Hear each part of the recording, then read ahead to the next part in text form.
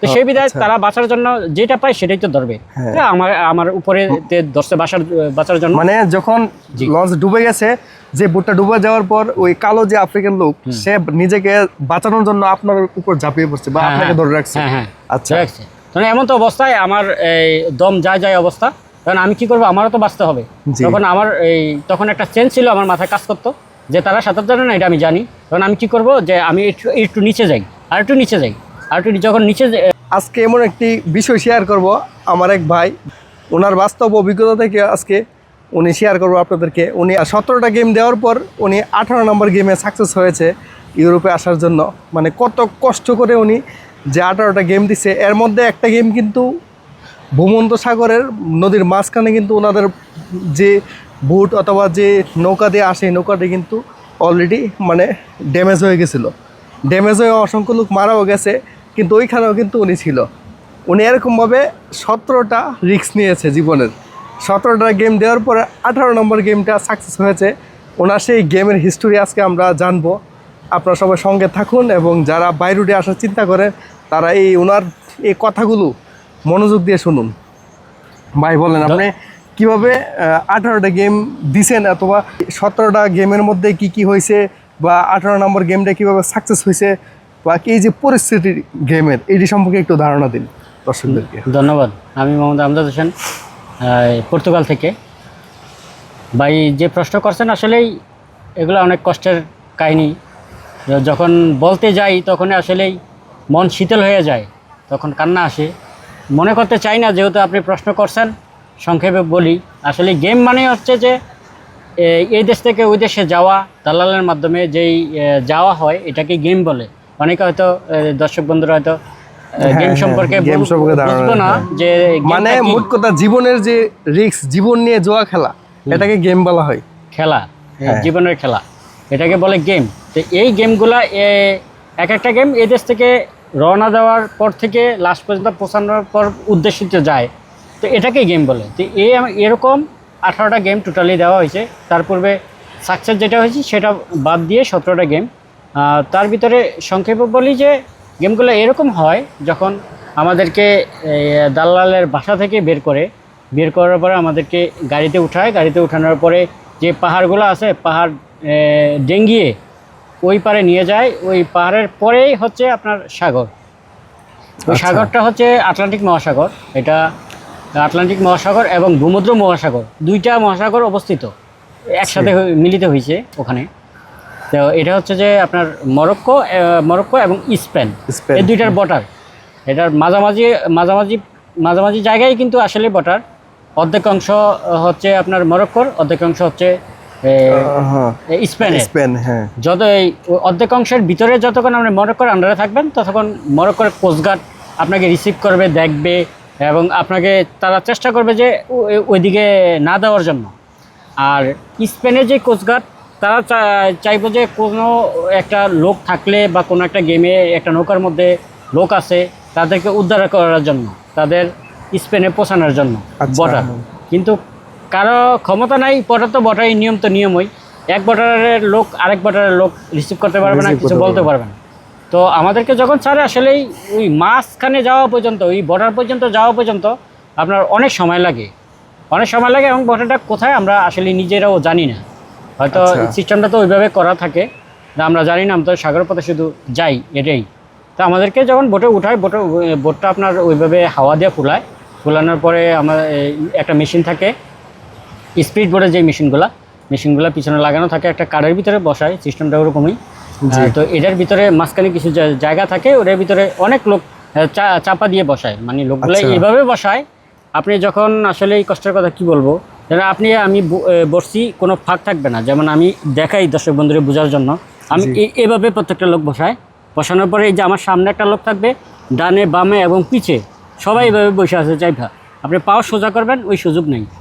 ঠিক আছে, যতক্ষণ বসা থাকবে ততক্ষণ এই চাপের ভিতরেই থাকতে হয় আপনার। এটা আসলেই ডোন্ট মাইন্ড। আপনার যদি কোনো প্রস্রাবের ব্যাগও হয়, প্রস্রাব করার কোনো সুযোগ নাই। যেভাবে আসেন এভাবে প্যানের মধ্যেই প্রস্রাব করতে হয়। আসলেই বলতে গেলে যেটা কাহিনী বলতে হয়, তো এই কাহিনীটা এরকম করুন হয় সিচুয়েশনগুলো। সেমন তো অবস্থায় আমরা যখন রওনা দেই তখন কিছু অংশ যাওয়ার পরে 1 ঘন্টা যাওয়ার পরে 2 ঘন্টা যাওয়ার পরে দেখা গেছে আপনার ওই যে মরক্কো যে কোস্টগার্ড তারা খবর পায়।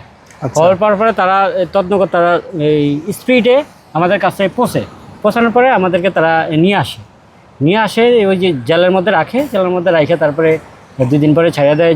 যেটা আসলে পূর্বের ভিডিওতে বলছিলাম, এটা হচ্ছে যে এই ঢাকা থেকে যেরকম বান্দরবন এতটা দূরত্ব তারা নিয়ে আমাদেরকে ছেড়ে দেয়। ছাড়ার পরে আবার অটোমেটিকলি আসার পরে আবার 2-1 দিন 2-4 দিন বা 1 সপ্তাহ থাকার পরে তারা আবার গেম তারা ডিল করে, দালালদের সাথে ডিল করার পরে আবারও যখন আমাদেরকে পাঠায় 1 সপ্তাহ পর বা 3 দিন পর 2 দিন পর এরকম তারা এই ব্যবস্থা করেই আমাদেরকে পরে আবার পাঠায়।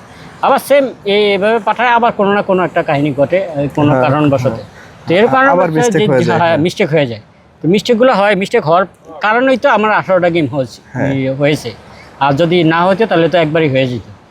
কিন্তু এর ভিতরে একটা গেমের ভিতরে আমাদের একটা গেম যেগুলো অ্যাক্সিডেন্ট হয়েছি আর যেগুলো ধরছি এগুলো তো নর্মাল, এগুলো নাই বলি। একটা বোটের মধ্যে আমরা কিছু অংশ যাওয়ার পরে আমাদের বোটটা বাস্ট হয়ে যায়। মানে লিকেজ হয়ে যায় সমুদ্রের মাছ প্রান্তে যাওয়ার পর, যেটাকে ভূমধ্যসাগর বলা হয়। হ্যাঁ। আচ্ছা, মাছ না অতটা মাঝখানে যাই নাই আসলে। অতটা মাঝখানে যদি এটা বাস্ট হইতো তাহলে ওদিকে আসলে সিচুয়েশনটা আরো ভয়ঙ্কর থাকতো ছিল না। হ্যাঁ, মানে কিছু অংশ যাওয়ার পরে মানে 2-3 মিনিট খুব কম যায় না তো, একটা স্পিড 2-3 মিনিট তো অনেক কিছু যায়, অনেক দূরেই যায়। অতটুকু যাওয়ার পরেই আপনার বোটটা বাস্ট হওয়ার পরে এখন আমাদের সাথে আমরা বাঙালি ছিলাম 18 জন, আর প্লাস টোটাল 56 জন ছিলাম। অন্যান্য যারা ছিল এগুলো হচ্ছে আফ্রিকান লোক। আচ্ছা, আফ্রিকান লোকেরা মূলত সাঁতার জানে না, আমি যতটুকু জানি। তো এমতো অবস্থা এটা বুঝতেও পারছি যখন অ্যাক্সিডেন্ট বাস্ট হয়েছে, তখন সবাই সাঁতার কাইটা পারে ওঠার জন্য চেষ্টা। আচ্ছা, তো তখন আমিও চেষ্টা করছি, কিন্তু ওই যে কালো যেই লোক আছে আফ্রিকান, তারা কিন্তু এই সাঁতার জানে না। তো সেই বিধায় তারা বাঁচার জন্য যেটা পায় সেটাই তো ধরবে। আমার উপরে ধরছে বাঁচার জন্য। মানে যখন লঞ্চ ডুবে গেছে, যে বোটটা ডুবে যাওয়ার পর ওই কালো যে আফ্রিকান লোক সে নিজেকে বাঁচানোর জন্য আপনার উপর ঝাঁপিয়ে পড়ছে বা আপনাকে ধরে রাখছে। আচ্ছা, মানে এমন তো অবস্থায় আমার এই দম যায় অবস্থা, কারণ আমি কি করবো, আমারও তো বাঁচতে হবে। তখন একটা চেঞ্জ ছিল আমার মাথায় কাজ করতো যে তারা সাঁতার জানে না, এটা আমি জানি। তখন আমি কি করব যে আমি একটু নিচে যাই, আর একটু যখন নিচে যাইতে চাইছি, যাওয়ার পরে সে আমার মানে আপনি বুদ্ধি করে নিচে ডুব দিছেন, নিচে আরেকটু নিচে ডুব দিছি। আমি অলরেডি নিচে আছি, তারপরে আরেকটু নিচে ডুব দিছি। কিন্তু তখন সে আমার ছেড়ে দেওয়ার পরে আমি কোনো রকম গিয়ে একটু সাইডের দিকে উঠছি। উঠার পরে সাঁতরিয়া দিকে লবণাক্ত পানি সব ভিতরে গেছে, ডুব গেলতে পারি না। তো এমতো অবস্থায় গিয়া কোনো রকম গিয়া পাড়ার মধ্যে উঠছি। তাও যেই পাথরগুলো থাকে এই পাথরগুলো এতটাই ধারালো থাকে, হাত দিবেন আপনি, হাত সব কাইটা যায়, এতটাই ভয়ঙ্কর অবস্থা থাকে। আচ্ছা আচ্ছা, ওই যে কালো লোকটা আপনারা যখন পারে এসে পড়ছেন, ওই লোকটা কি মানে বেঁচে ফিরছে না মারা গেছে? বেঁচে আছে কিনা আসলে মনে হয় না যে বেঁচে আছে, কারণ হচ্ছে যে রাতের অন্ধকার ছিল তখন। রাতের অন্ধকারেই জিনিসগুলো হয়, তখন আসলে যান বাঁচানোর জন্য সবাই চেষ্টা করে। তো আমি আমার মতে আমার যান বাঁচানোর জন্য আমি আইসা পড়ছি, কিন্তু রাতের অন্ধকারে কে আসলো না আসলো এটা দেখে আসলে কেউ দেখে। মানে আপনারা যতজন বুড়ে উঠছেন, কেউ মারা গেছে, কেউ নদীতে ডুবে মারা গেছে, আর কেউ কিছু সংখ্যক লোক বেঁচে ফিরছে। এর মধ্যে আপনিও একজন আছেন।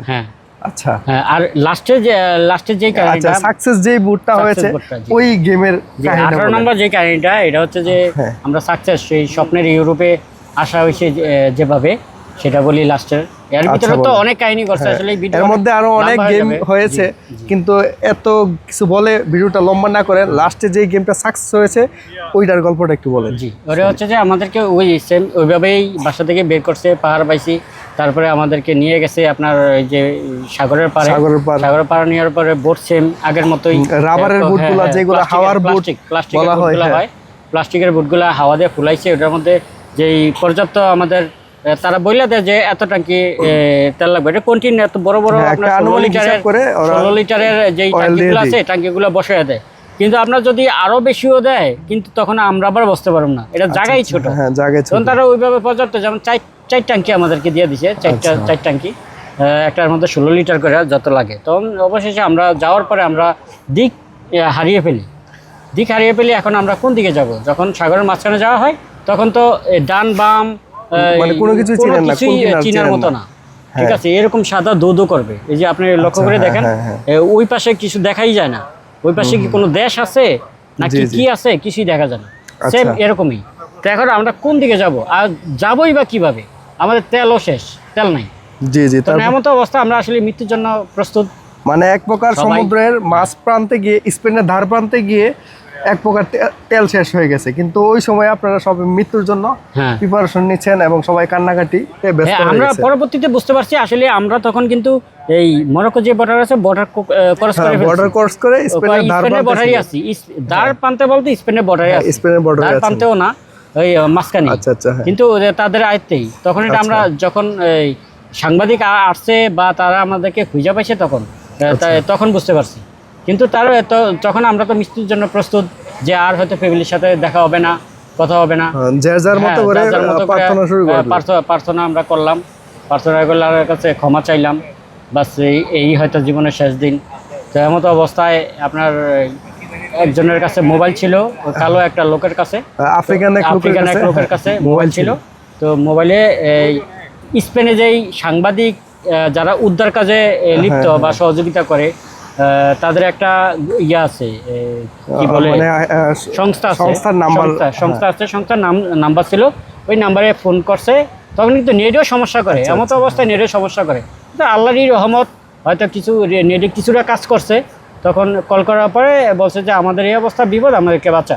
তখন তারা ওখান থেকে বলছে যে তোরা কোথায় আসছ, আমরা কোথায় তোদেরকে খুঁজে পাবো, যদি পারো তাহলে লোকেশন পাঠাও, লোকেশন সেন্ড করো, আমরা দেখতেছি।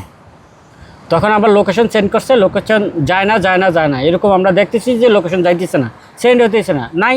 তো এর মতো অবস্থা কোনো রকম সেন্ড হয়েছে, আল্লাহরই রহমত, সেন্ড হয়েছে। হওয়ার পরে আমাদেরকে লোকেশন অনুযায়ী তারা এই হেলিকপ্টার পাঠাইছে আমাদের লোকেশন অনুযায়ী। আইসা হেলিকপ্টার দিয়ে দেখছে যে, হেলিকপ্টার দেখে তো আমরা আরো অজরে কান্না, আরো কান্না। এই কান্নাটা হচ্ছে আসলে সুখের কান্না, মানে ভয়ের না, এটা সুখের কান্না, সুখের কান্না, যে হয়তো নতুন লাইফ পাইছি, বা এখন যেহেতু আমাদেরকে দেখছে, আমাদেরকে অবশ্যই উদ্ধার করবে, একটা আশ্বাস, হ্যাঁ, মানে ফিরে আসছে আপনাদের। হ্যাঁ, তখন এই হেলিকপ্টার দেখছে আমাদের কি সিচুয়েশন, যে আমরা কি বিপদে আছি নাকি এমনি আছি। দেখছে যে আমরা স্থির আছি, কিন্তু আমাদের কাছে কোনো তেল নাই, যে আমরা কোথায় যাব বা কি, কোনো সিস্টেম নাই, কিন্তু বোটের মধ্যেই আছি, এই বোটটার ভিতরেই আছি। তারপরে আমাদেরকে ওই হেলিকপ্টার থেকে তারা আবার ওখানে তাদের অফিসে হয়তো ফোন করছে, ফোন করার পরে জাহাজ পাঠাইছে আমাদেরকে উদ্ধার করার জন্য, লঞ্চ পাঠাইছে। হ্যাঁ, তারা হয়তো বলছে যে তারা ঠিকমতো আছে, বোট বাস্ট হয় না, জাহাজ পাঠাইতে। আর যদি দেখতো যে বোট বাস্ট হয়েছে, তাহলে তারাই উদ্ধার কাজ শুরু করতো এই হেলিকপ্টারের মাধ্যমে। তো অবশেষে যতক্ষণ এই জাহাজ না আসছে আমাদের কাছে, ততক্ষণ হেলিকপ্টার আমাদের উপরেই ছিল, একদম কাছে ছিল, যাতে যে কোনো সময় সিচুয়েশন খারাপ হলে ওরা ছিল, উপরে ছিল। তখন ওই যখন দেখছে যে জাহাজ আসতেছে, তখন ওটা দেখেন, ওই যে ওই দেখা যায় একটা জাহাজ আসতেছে, দেখা যায় না, তখন দেখে তো সবাই একটা আশ্বাস এবং একটা চিৎকার, ঠিক আছে, এই যে আইতেছে জাহাজ, আমাদেরকে উদ্ধার করবে। তখন যখন আমরা দেখছি কাছাকাছি আসছে, আসার পরে হেলিকপ্টার চলে গেছে, তখন জাহাজ আমাদের কাছে আইসা সবাই বলছে যে ঠান্ডাও, সবারই আমরা নিব, সবারই নিব, তারাও আর কিছু নাই। পরে আমরা সবাই বসে দিচ্ছি, এক এক করে আমাদেরকে সবাইকে উদ্ধার করছে। উদ্ধার করার পরে আপনার জাহাজ দিয়ে আমাদেরকে স্পেনে নিয়ে গেছে, স্পেনে নিয়ে আসছে, এই ইউরোপে নিয়ে আসছে, এটা ইউরোপ। স্পেনে নিয়ে আসার পরে তাদের আন্ডারে আমাদেরকে রাখছে, রাখার পরে 11 দিন ছিলাম। তারপরে 11 দিন থাকার পরে যে যেখানে যাবে ওখানে আমাদেরকে, মানে যে দেশে যাওয়ার ইচ্ছুক, ওই দেশে যে ডিস্ট্রিক্টে যাওয়ার ইচ্ছা ছিল, ওই ডিস্ট্রিক্টে টিকিট করে পাঠিয়ে যেমন এই সমুদ্র বন্দর হচ্ছে কোথায়, চট্টগ্রামে উদ্ধার করার পরে এখন কেউ ঢাকা যাবে, কেউ কুমিল্লা যাবে, কেউ চাঁদপুর যাবে, কে কোথায় যেতে ইচ্ছুক। তো ওখানে যার জায়গায় যেখানে বলছে সেখানে তারা পাঠিয়ে দিচ্ছে। আমি মূলত বার্সেলোনা যাইতে বলছি, আমাকে বার্সেলোনার বাসে উঠিয়ে দিচ্ছে, আমি বার্সেলোনা চলে গেছি। এ হচ্ছে সংক্ষিপ্তভাবে বললাম। তার ভিতরে কিন্তু অনেক কাহিনী, দীর্ঘ 8 মাস খাওয়া দাওয়া, কি যে কষ্ট করছি, এটা আসলে বইলা ভাষায় প্রকাশ করার মতো না। জি জি, এ হচ্ছে আমার সংক্ষিপ্ত বক্তব্য। ঠিক আছে। আর যারা গেম দেওয়ার চিন্তা ভাবনা করেন বাংলাদেশ থেকে, অনেকে দালালের খপ্পরে পড়ে, দালালরা কিন্তু মিষ্টি মিষ্টি কথা বলে কিন্তু আপনাদেরকে গেমের লুপ দেখিয়ে কিন্তু ইউরোপের স্বপ্নের ইউরোপ দেখাবে আপনাদেরকে। কিন্তু এটা কিন্তু সবাই মাথায় রাখবেন যে যারা গেম দেওয়ার চিন্তা করেন, তারা স্বপ্নের ইউরোপ তো দূরের কথা, তারা কিন্তু মৃত্যুর জন্য প্রিপারেশন নেবেন। কারণ এই ভাই 17টা গেম দেওয়ার পর 18 নম্বর গেমে সাকসেস হয়েছে, যার ওনার সামনেই তো, ওনার কাছ থেকে আপনারা শুনলেন, ওনার সঙ্গে কিছু সঙ্গী মৃত্যুবরণও করছে সমুদ্রের মাঝখানে। আপনারা এই কথাগুলো শুনে ডিসিশন নেবেন যে গেম দিয়ে কি বাইরে উঠে আসবেন নাকি বিছা নিয়ে আসবেন। ঠিক আছে বন্ধুরা, তো ভালো থাকবেন, পাশে থাকবেন। আসসালামু আলাইকুম। আসসালামু আলাইকুম।